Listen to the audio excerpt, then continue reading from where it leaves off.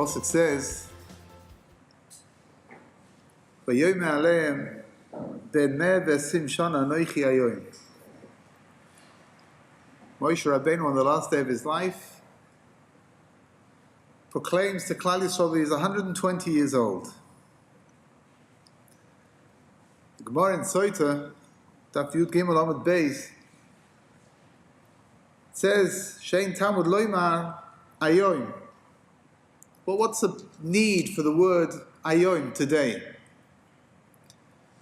Could just say, I'm 120 years old.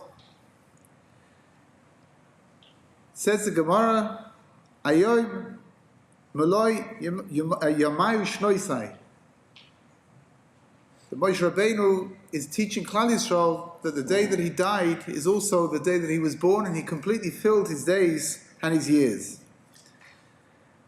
Says the Gemara, lelamedcha, to teach you, sha'kodesh baruch hu mashlim shnoisem shel tzadikim miyom liyom u'michodesh lechodesh. The tzadikim, when they live here in this world, so HaKadosh Baruch Hu completes their time here in this world. Tichsiv, because it says, as Mispay Yamecha Maleh, HaKadosh Baruch Hu says that I'll fill up your days. Says the Pasuk, Lo yuchal oid l'tzeis v'lavoy. Moshe Rabbeinu tells the Jewish people that he can no longer take them out, bring them back. Ask the Gemara, what exactly is Moshe Rabbeinu teaching us that he can't bring us out and take us in? It can't be that it's talking about being able to lead the Jewish people, because it says, it says that Moshe Rabbeinu was 120 years old, but nevertheless, he never lost his strength. Says the Gemara, more than that, it says, Uchsiv, and it's written, the Pasuk says, Vayav Moshe ma'avos Moav el ha'anavoy, that Moshe Rabbeinu, before he dies, goes from Moav, Avos Moav, until ha'anavoy, which is where he's going to be buried.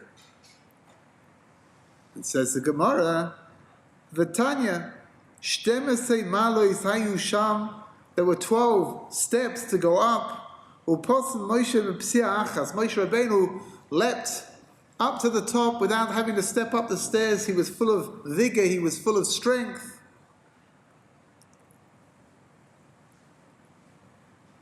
Omer Rabbi Shmuel, Banachmani Omer Rabbi Yonason. L'tzeis v'lavoy means b'divrei Torah, that he wasn't able to teach them divrei Torah anymore. Melamed shenistatmu menu shari chochmah, that HaKadosh Baruch Hu closed off the gates of Chochmah to him. There are a few interpretations what that means. The Imrei Emes from Gur says that HaKadosh Baruch Hu took away Moshe Rabbeinu's ability to teach Torah to the people. Not that Moshe wasn't as wise as he used to be, not that Moshe didn't know as much as he used to know, but rather his ability to be able to transmit Torah to the Jewish people was taken away from him. So maybe the first lesson over here is that wisdom can't be taken for granted. I saw a quote once, many years ago, I don't remember who it was attributable to, but it said that age doesn't always bring wisdom. Sometimes age comes alone. Which means that wisdom is something that we have to aspire towards. Wisdom is something that we have to want to attain. And it's not something that we're going to receive simply because we live here in this world year after year after year, that all of a sudden it's just going to be given to us.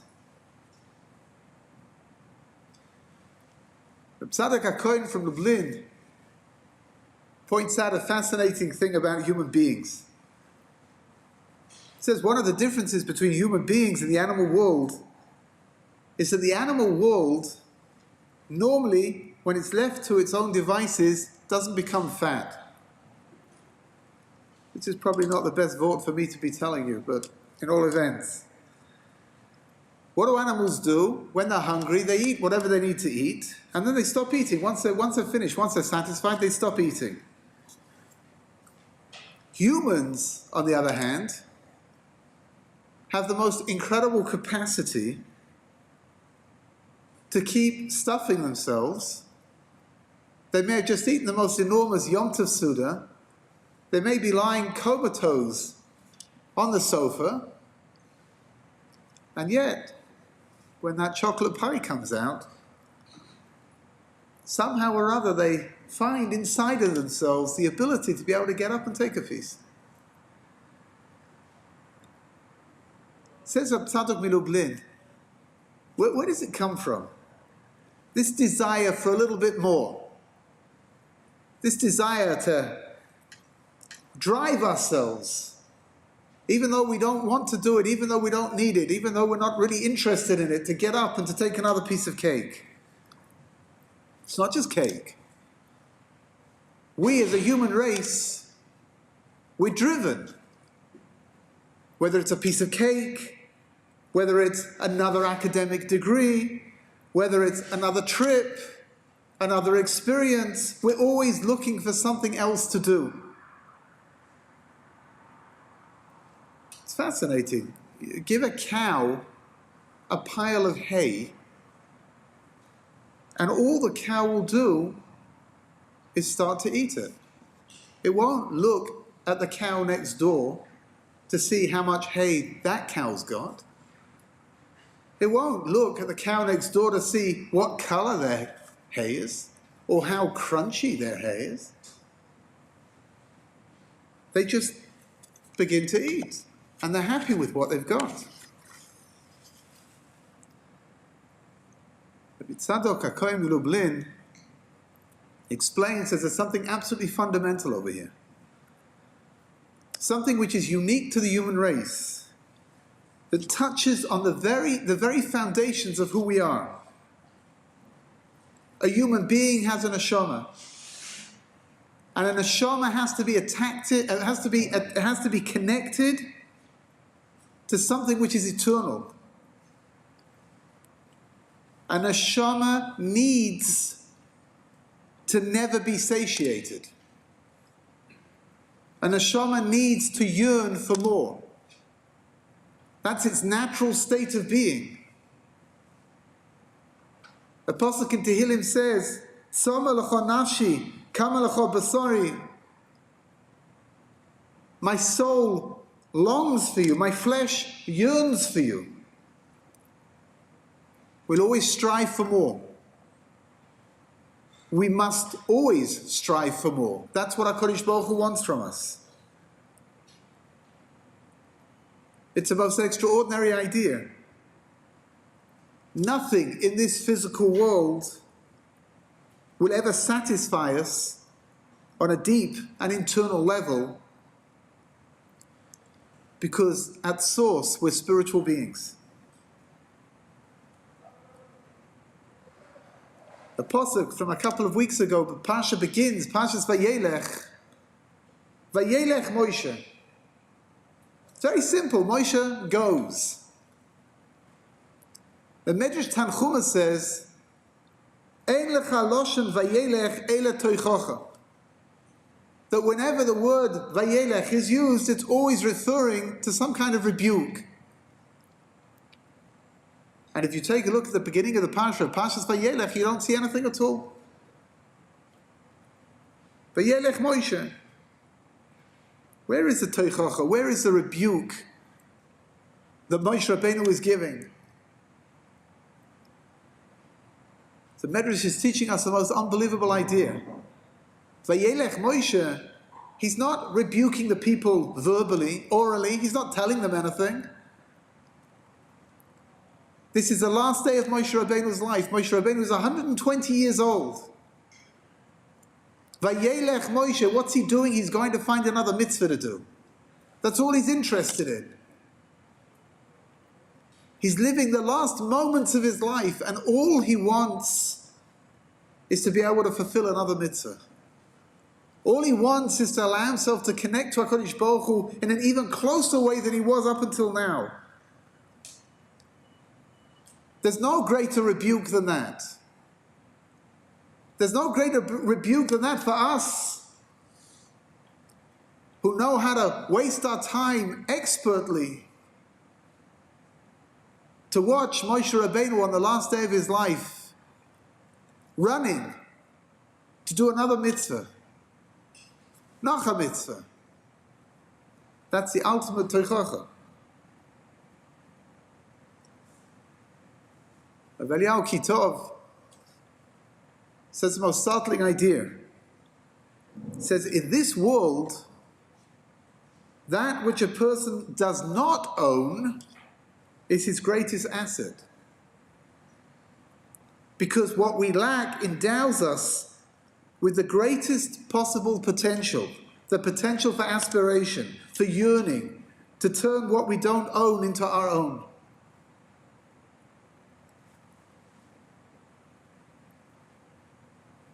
Rav Pam used to say, what is the difference between an expeditious person from a hasty person? We're taught that when it comes to doing mitzvahs, we have to be zoris. We have to rush to do mitzvahs. We have to try to grab them as much as we can, as soon as we can. What's the difference between a zoris and a bowl? Somebody who just does things without really thinking about it. And he explains that a zor is somebody who thinks, somebody who prepares before he acts. The other person, he goes out, he does things mindlessly. He's rash, he does it with impatience. Zrizus means that it's well thought out. Our intentions are correct. Our devotion to Hashem is correct in our hearts, in our minds, in our souls. That's what we have to aspire towards.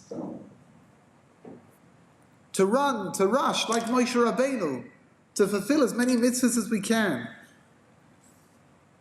To think, to plan, to work out how we're going to get closer to Hashem. I came across a most extraordinary story. Everybody over here is probably familiar with the name Howard Schultz. Howard Schultz is the owner of Starbucks. He's Jewish. Howard Schultz actually had a relationship with Rav Nosson Tzvi Finkel, the late Rosh Hashiva in the Mir. Rav Nosson Tzvi Finkel, his Mesiras Nefesh, his ability to sacrifice his entire being in order to let Klal Yisrael grow closer to Hashem, was legendary. Howard Schultz came and met him once together with some other people. It was a very moving experience. The next time he was in Israel, he came back and he went to visit Rav Nosson Tzvi again, in private. The only people that were there was Rav Nosson Tzvi and Howard Schultz and the person who looked after Rav Nosson Tzvi and took care of his calendar for him.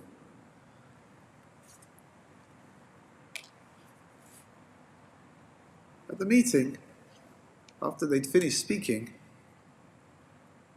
Howard Schultz took out a checkbook,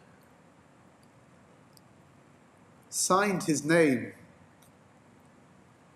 on the first check in the book, tore it off, and gave it to Rav Nosson Tzvi. And he said to him, "Here, Rabbi, fill it out for whatever you want, any figure." At the time that this was happening, the monthly budget in the Mir was $2 million. $2 million per month. And Rav Nosson Tzvi, who was suffering from the most terrible disease, it was his responsibility. He took on the entire responsibility, the financial burden of running the yeshiva.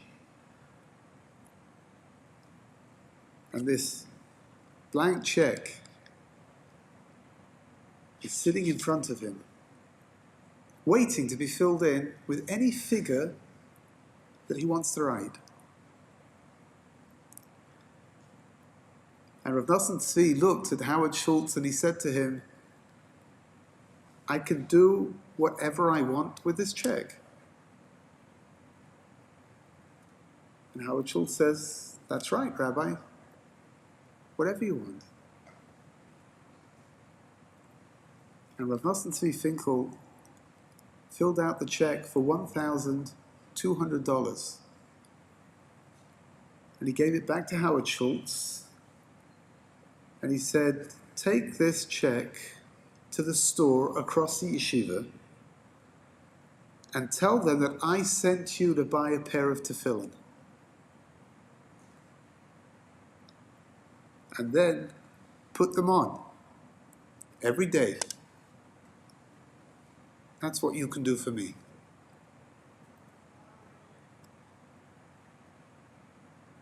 Instead of looking at Howard Schultz and saying, what can I get out of him? Rav Nosson Tzvi looked at him and said, what can I do for him? That's to take the wisdom of HaKadosh Baruch Hu and to use it for the benefit of others. Listen to this incredible idea. Rabbi Yisrael Salanter, the founder of the Musa movement, used to say that a person can possess broad knowledge in Talmud, they can be a font of deep, penetrating analysis, and yet they're not called a Talmud Chacham, they're not called a Talmud scholar. Because if he doesn't allow his wisdom, the Torah, to refine his midas and to restructure his personality, then he's nothing more, listen to these words, he's nothing more than an Amoritz who happens to know how to learn. An Amoritz is an ignoramus. He's nothing more than an ignoramus who knows how to learn.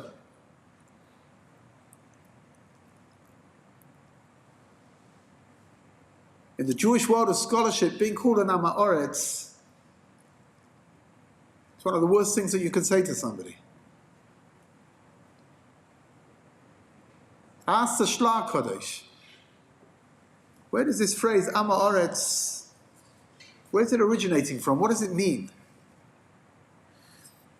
Am Haaretz literally means a nation of the land.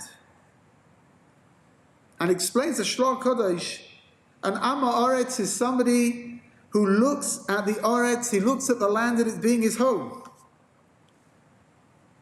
He belongs to the Am of the world, the nation of the world. The more that we can understand and internalize that we're only here temporarily,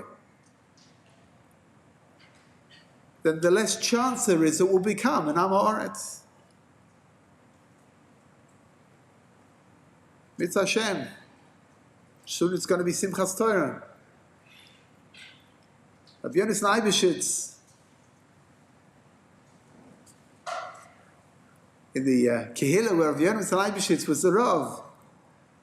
So once, a very wealthy but very unlearned man bought Chosen Torah, and going against the trend, he didn't give it to Rabbi Yonis Leibishitz as a gift for the Torah learning, the Torah scholarship that Rabbi Yonis Leibishitz had. He kept it for himself.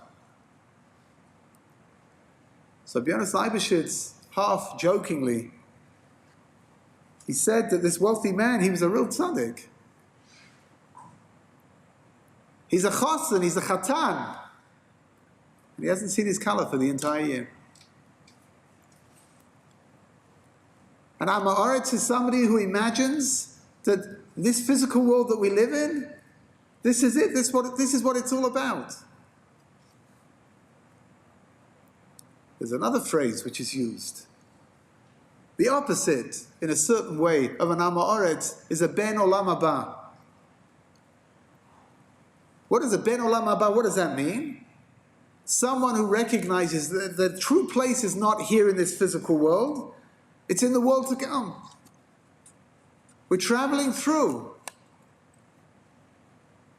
He's a ben, olam haba, he's a son of the world to come, because he understands that being over here is something which is temporary. It's a very famous story of a wealthy businessman that came through Radin to speak with the Chafetz Chaim. And he sat in the Chafetz Chaim's home, which had nothing in it. There weren't even chairs in the Chafetz Chaim's home. There were benches, because the Chafetz Chaim had a cheshbon that you can sit more people down on a bench than you can on a chair, on chairs. So it was a better idea to have benches. And whilst he was speaking with the Chafetz Chaim, he looked around and he couldn't believe that there was just nothing. So he said to the Chafetz Chaim, "Where are your things? Where are your possessions?" And the Chafetz Chaim answered him. He says, "Where are yours?" And the businessman said, I'm passing through, I'm just traveling over here." And the Chafetz Chaim looked at him, he said, "So am I." If we understand that, if we internalize that, we attach ourselves to something which is far, far greater than this physical world that we live in. Which means we have an obligation. We have an obligation to try to understand ourselves and to try to understand the others around us as well.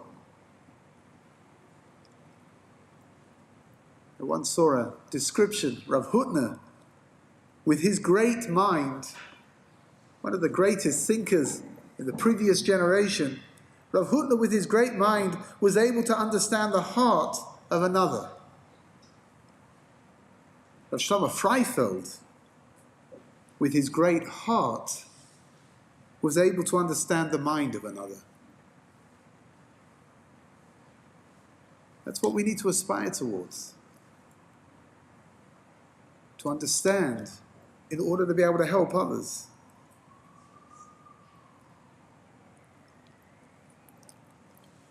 There's a tremendous Talmud scholar, somebody called the Rekanati, Rav Menachem Rekanati. Just hear this incredible thing. In the introduction to his Sefer, which is the most astonishing work, the Rekanati comes to explain how he wrote the Sefer. Listen to this. He writes how he became this incredible Talmud Chacham, this incredible scholar. And he writes about himself that he loved Torah, but he was born with a weak mind. Gas haseichel ma'oid, that's a lashon that he uses. He couldn't remember things, he couldn't pick up concepts. So he davened a lot to HaKadosh Baruch Hu that Hashem should help him. And he fasted a lot that HaKadosh Baruch Hu should open up his heart, open up his mind to the wonders of Torah. One day, whilst he was fasting for himself, one of his fast days, and he was davening so hard and he was completely exhausted, and he fell asleep in the Beis HaMedrash. And in his dream, somebody came to him and gave him a bottle of water, and the man woke him up in the dream and he told him to drink from the water. And before he could finish drinking from the water, the man disappeared. And Rav Rekanati says that he woke up and he went back to his studies.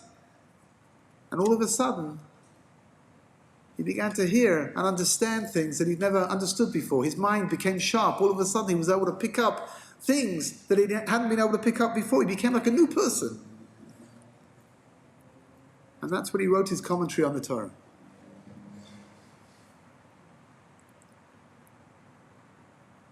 The story would be extraordinary enough. But there's one little detail that I didn't tell you. All of this happened when Rav Menachem Rekanati was approximately 80 years old. Which means for decades, he'd been beseeching HaKadosh Baruch Hu, and for decades he never gave up. He continued beseeching Hashem that he should give him insights into the Torah. And 2 years before he died, HaKadosh Baruch Hu granted him his wish. All the tefillahs of his lifetime finally paid off. And in the last 2 years of his life, he wrote the most incredible Sfarim. Sfarim that are studied up to and including today by the greatest Talmudei Chachamim.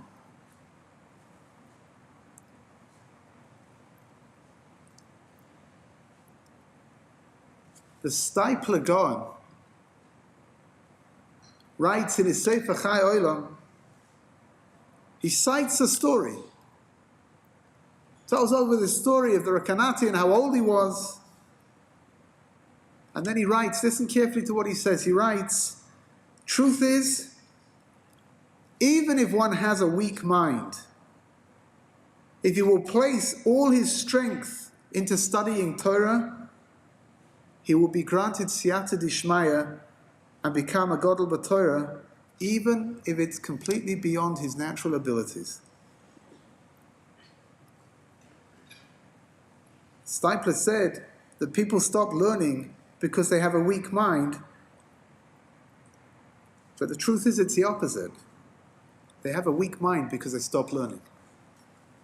If they would have persevered, they would have succeeded in learning Torah. It's a story that I like to tell over very often about an inner city school in New York that had a particular class that was worse than all the other classes. And none of the teachers were successful in being able to get these kids to understand anything, to cooperate, to learn. And finally, in desperation, the principal of the school gave a brand new, albeit very enthusiastic, but completely inexperienced teacher the task of trying to teach this class. And she went in, and she started teaching, and lo and behold, it didn't take very long. All of a sudden, she was having a tremendous success with the class. They were listening, they were doing their assignments, and by the end of the year, the turnaround had been absolutely incredible. So after the school year was over, the principal called in the teacher, this inexperienced teacher, and asked her, how did you do it? And she said, how did I do what? And he said, this was the most difficult class in the whole school. By the time you came to teach in that class, they'd been through 3 experienced teachers already in 1 year, and each one had given up, and you walked in with no experience whatsoever, and you succeeded. How did you do it? And she says, I have no idea what you're talking about. She said it was a very bright class. And he said to her, how did you know?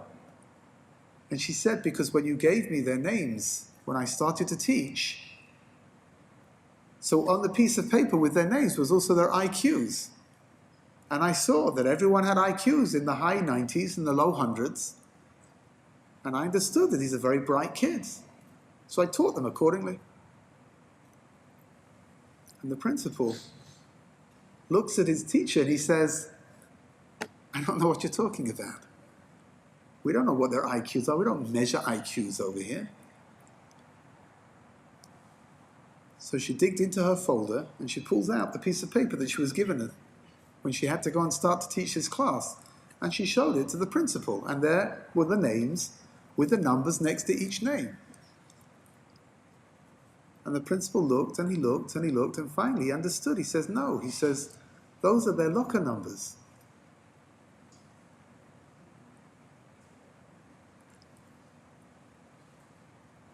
It was a class that was waiting to be taught. It was a class that was waiting for somebody to come in and to treat them as people that wanted to learn. But because they had such an appalling reputation, none of the teachers in the school were able to do that because they couldn't see beyond what they already knew about them. The Gemara in Nedarim, on Daf Mem Aleph, Amud Aleph, says, Ein ani ela b'de'ah. Real poverty is ignorance. The Bnei Yissaschar write, in Oda, that Abaya, who's the author of that statement, is teaching that the greatest poverty is the lack of wisdom. And therefore, says the Bnei Yissaschar, the greatest form of tzedakah is to share wisdom with somebody else. The Avei Nachal writes, there are two forms of tzedakah. The first is to simply give money to a poor person, and the second is to give wisdom to the ignorant. To guide a person, to teach them to do tshuva, is a greater level of tzedakah, says the Avei Nachal. The Gemara in Sotah said that Moshe Rabbeinu was no longer able to teach Torah to Klal Yisrael. That's what HaKadosh Baruch Hu took away from him. His ability to transmit from one generation to the next was taken away. If that's the case, that's the understanding that Moshe Rabbeinu has reached the end of his physical life. Because if he can't transmit, if he can't give to others Torah knowledge, if he can't share it with other people, then there's nothing for him to be here in this world for. Says Rosh Shimshon Rafal Hirsch, it is Sefer Chorev, it's not how much or how little you have that makes you great or small, but how much or how little you do with what you have. HaKadosh Baruch Hu created us all different. We're all individuals. But the thread that threads us all together is that HaKadosh Baruch Hu wants us to give to others. We have to keep aspiring. We have to keep trying to grow. We have to keep wanting to grow. One of the great Talmudei Chachamim, one of the great personalities from a few hundred years ago, the Shagas Aryeh, made a siyum when he was very old. He made a siyum on Shas. Finished the whole of the Babylonian Talmud.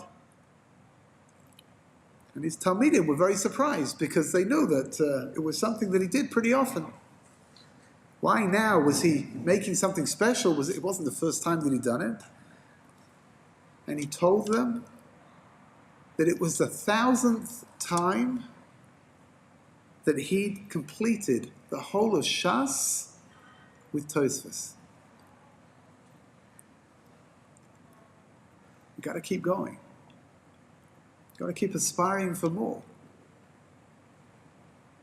The same way that we get off that couch in order to get that next piece of chocolate cake, so too we've got to get off the couch and we've got to get that next piece of Torah. I read a beautiful story many years ago. I don't know where it appeared originally, probably in Reader's Digest or something. You'll hear it's a Reader's Digest kind of story. But at the beginning of the class one day, teacher takes an empty glass jar and she puts it on her desk. And then she takes large rocks and she fills up the jar. She puts them into the jar. And she says to the class, "Is the jar full?" And all the children say, "Yes." And she says to them, "Really? Let's see." And she takes gravel and she pours gravel into the jar, filling up the spaces between the rocks. And then she says to the kids, "Is the jar full now?" And all the kids shout out together, "Yes!" And then she says to them, "Really?"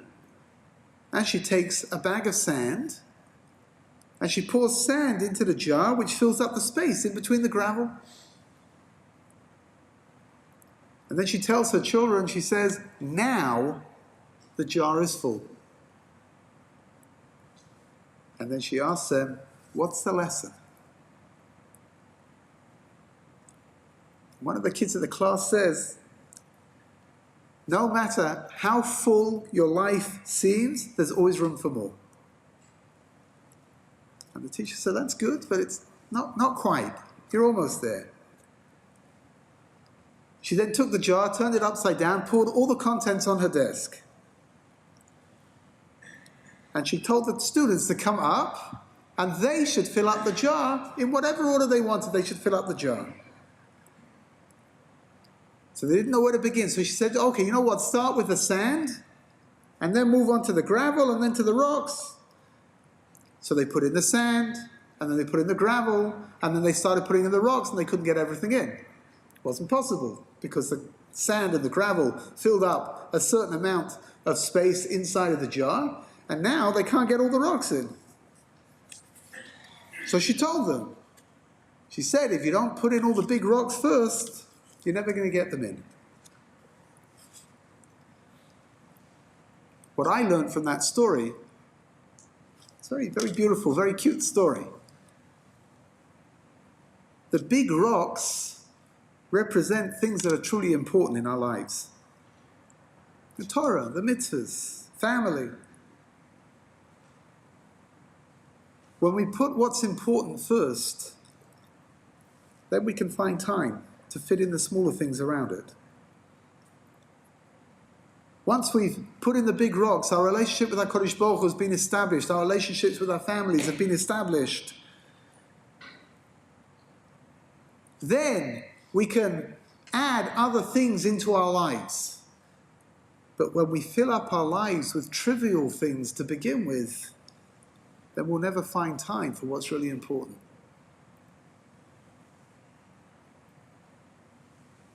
HaKadosh Baruch Hu wants us to be great.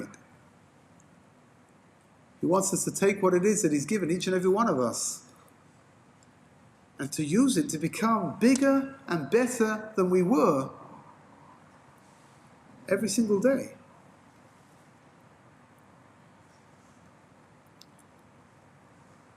Serena Williams, possibly the greatest female tennis player in history, once said, am I the greatest?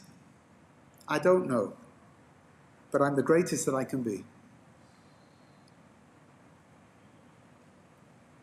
That's something to think about. That's something to internalize.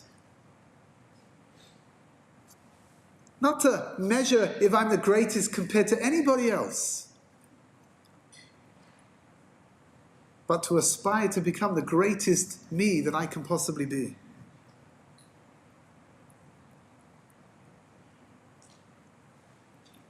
The Parsha of V'zois HaBrocha, it's Hashem, we'll read it on Simchas Torah. Inside of it, Moshe Rabbeinu gives a brocha to every single shevet.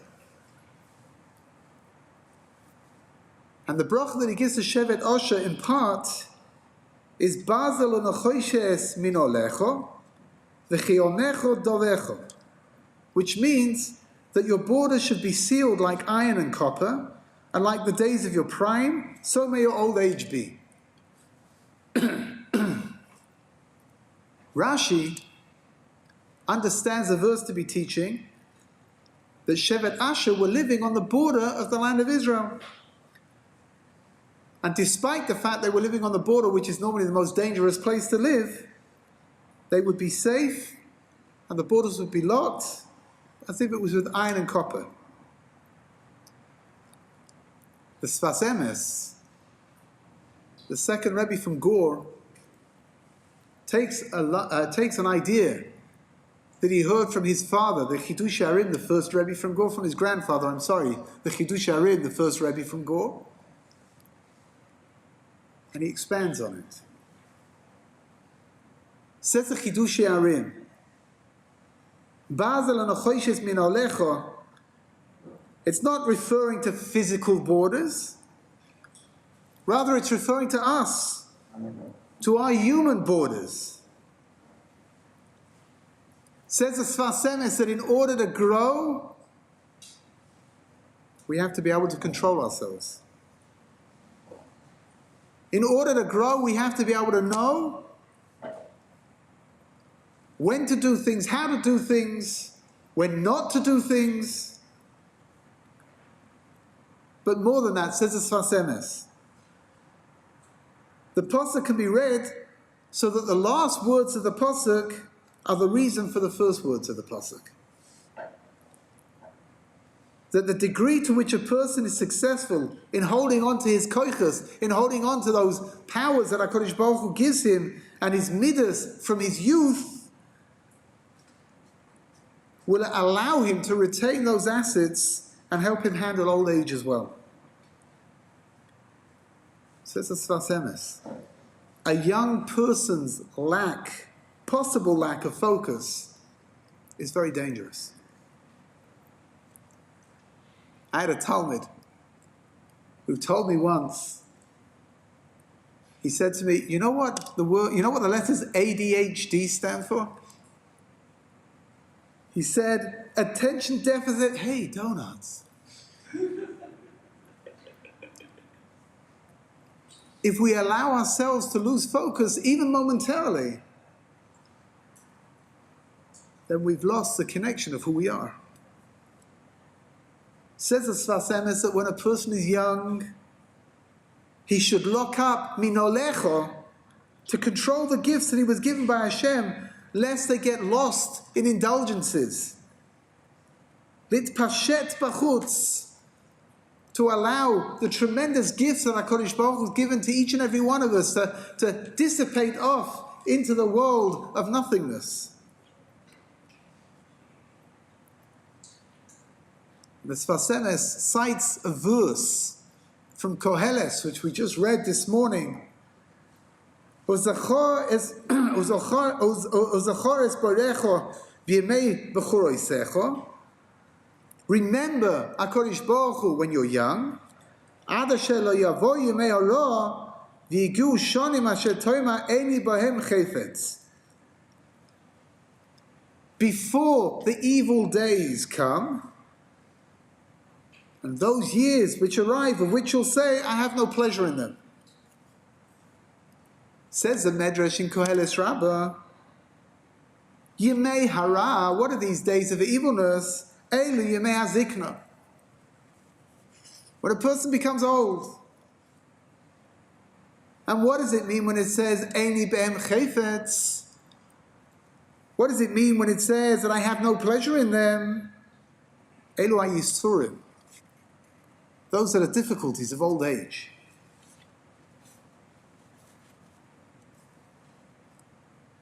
The Sfas Emes is teaching us that the key to utilizing old age, the key to having old age,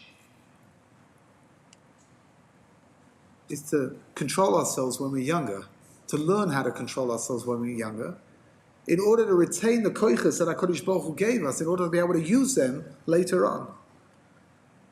The Sfas Emes cites Azura Kodesh, that old age is not necessarily a bad thing. When you read through his Maimah, you begin to imagine that perhaps old age is not so great. He says it's not such a bad thing. But the Zohar Kodesh says that's only applicable to tzaddikim. For a tzaddik to live here in this world for many years, in order to connect themselves to HaKadosh Baruch Hu in a closer and closer fashion, for that it's worth to be old. Vayelech Moshe, 120 years old, it's the last day of his life, and all he's interested in doing is what? Another mitzvah, and another mitzvah.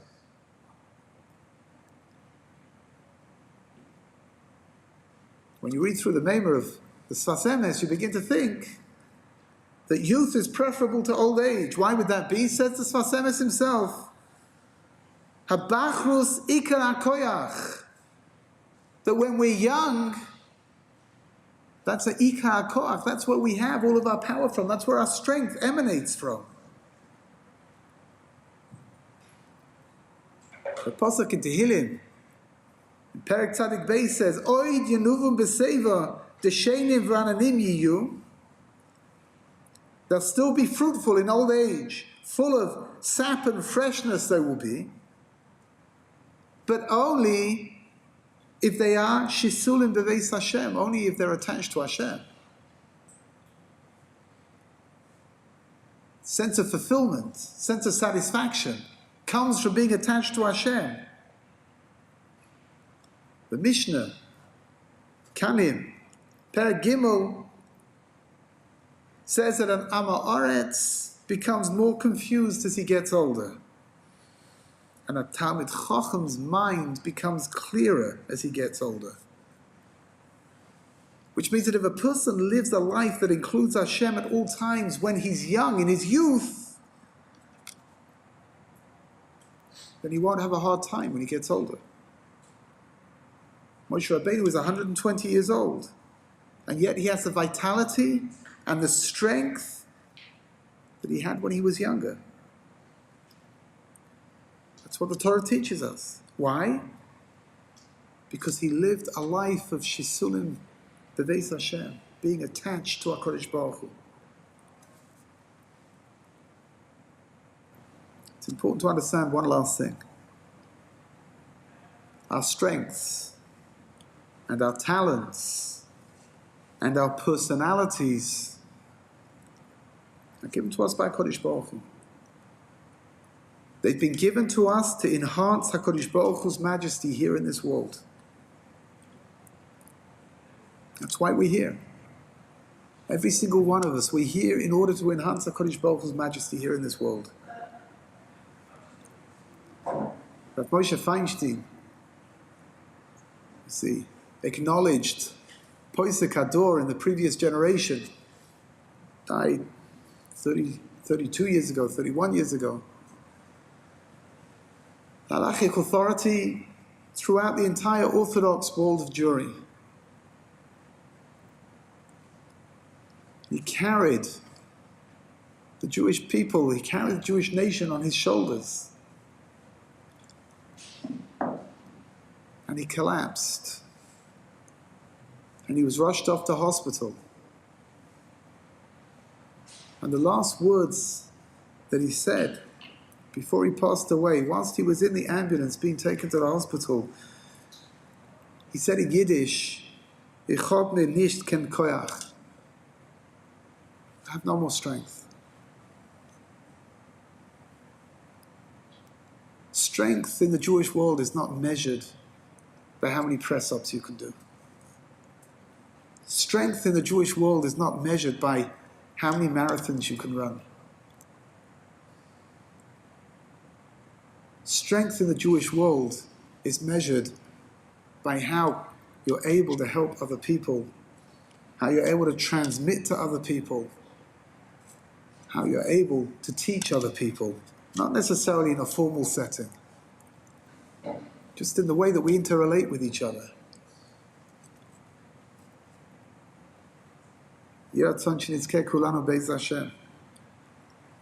we should be able to utilize the wondrous gifts that HaKadosh Baruch Hu has given each and every one of us.